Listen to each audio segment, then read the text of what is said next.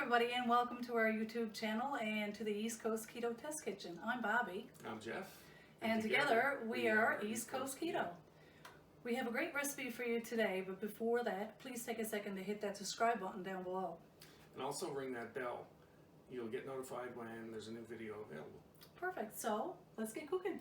All right, we're ready to go. Geoff has stepped outside. He's manning the camera now. He'll be back to say hi to you later on, but for now we're going to get cooking. So today we're going to do scrambled eggs, and you know what? I know you guys have done eggs your whole life and you absolutely love them, but I'm going to give you a couple of tricks here now that's going to get you to up your egg game. So I have 6 eggs here, and I'm going to take those and crack them all into my bowl. And what we've discovered along the way is that for most of our lives, like I say, as much as we've been enjoying our eggs, we've come to realize that we've been overcooking them our whole lives. So today we're gonna take them off the burner a little bit faster than we ordinarily would. Let me get that out of the way. Perfect. So the first thing you're gonna need to do is give those eggs a good whisk. You wanna whip some air into them, make them nice and fluffy. I'm gonna add a little bit of pink Himalayan salt. Make sure you're not using white table salt because that stuff is no good for you. A little bit of black pepper. And you know, there's no real amounts there, just season to taste. And in here I have a 1/4 cup of 35% whipping cream. And that's gonna give us some extra fats. And we're gonna give that a good whisk.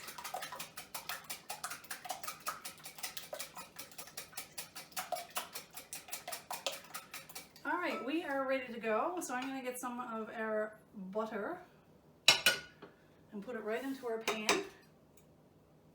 There you go. And we'll start cooking. Come on in. All right, everybody, we're back. We've got our eggs all mixed up and we're ready to go. Today we're gonna be using an induction burner instead of a regular stove. So I'm just gonna turn that heat down. We're gonna work on 250. If you're working on a regular stove, I usually have the temperature set to between low and medium, and oftentimes you'll see me toggling the heat back and forth, but today we're going to be switching in and out here. So I'm just waiting for that butter to get warmed up and ready to go. And as you can see with the induction burner, everything happens pretty fast around here. So we'll let that melt, and then we're going to get ready to go in with our eggs. All right, we are melted. I'm going to give it one last little whisk. There you go. And in we go. Make sure we got all that goodness out of there. My nan would have used a spatula to make sure she got every drop out of there. Perfect. And we're going to put that aside. Okay. So one of the first things you'll need to realize when you're cooking your eggs is you need to make sure everything is moving at all times. At no point should your eggs be in the same place in the pan. You should keep everything moving around. And you can see I'm using a set of tongs instead of using a egg turner, because with the egg turner what you're doing is you're taking out great big clumps of eggs, whereas we want to keep this nice and light and fluffy, and the tongs helps you to keep everything a little more separated. So we're just going to keep the eggs moving and rolling, and eventually we're going to see the eggs start to form up on the bottom. Let me turn it up one more notch. Perfect, there we go. All right, so we're moving the eggs and we're moving, and it is starting to slowly but surely cook down below.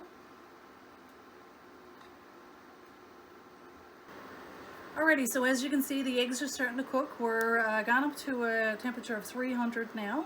And like I say, on your regular stove, that would be medium, and toggle them back and forth. So you can hear, if you listen carefully, you can hear the bottom of the pan is starting to catch on. So what I'm going to do is really fast, I'm going to switch over to the side here, ignore our beeps for a minute, and I'm just going to give that a quick little stir with our tongs, and then I'm going to go right back on the heat. And if I'm doing this on the regular stove, you're going to see me doing the same thing. It isn't a matter of turning your temperature down and keeping it down and just letting it cook slowly. It's more just being able to keep up with the movement in the pan and the movement of the eggs, because you don't want them to cook too fast because that's going to result in a hard egg that's not going to have the texture that we're looking for. That's going to be the ones that you're used to having your whole life. So as you can see, it's starting to really form up here. It's almost like a curdle. Back on the heat again because we're starting to get to our sweet spot. They're smelling really good. So what we're going to do is we're going to continue to cook like this for another minute or so. And then we're going to finish with some butter. We're going to continue to go on and off our pan. Off we go again. It's starting to catch on the bottom. You don't want it to catch on.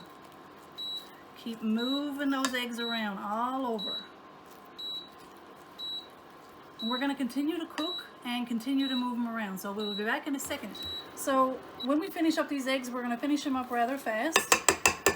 The first thing I'm going to do is I'm going to put a little tiny bit of chives in there. Now ordinarily I would use fresh chives from my garden, but because it's the winter, I don't have that accessible to me right now.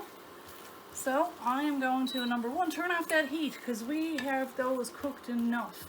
The next thing I'm going to do is get those off the heat, and I'm going to add a little tiny bit,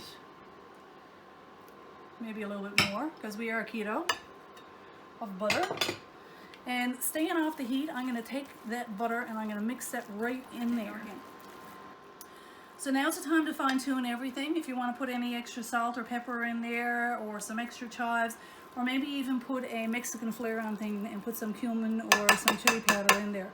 So those are done and ready to go. And let's bring our plates over and plate them up.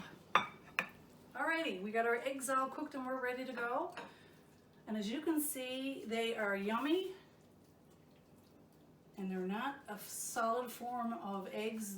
They're nice and rich and creamy, and I promise you the taste of these eggs are going to be absolutely lovely. All right, here we are back with our cooked eggs, and I'm going to get Jeff to be my guinea pig today.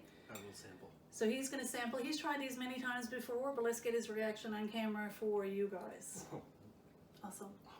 I know when my dad comes in and has breakfast with us, each and every time he has these, he always says afterwards, I don't know how you get those eggs so good. I try and I try and I try. Well, Dad and all you guys out there, it's not hard.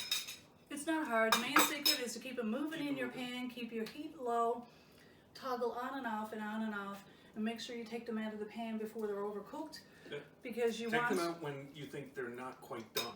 Because they will continue to cook in the pan a little tiny bit. So I think that's it for today. We're going to go finish up our eggs. Thank you for joining us, and we'll see you back next time when we talk keto in the East Coast Keto Test Kitchen. Talk to you soon. Bye, folks. Bye.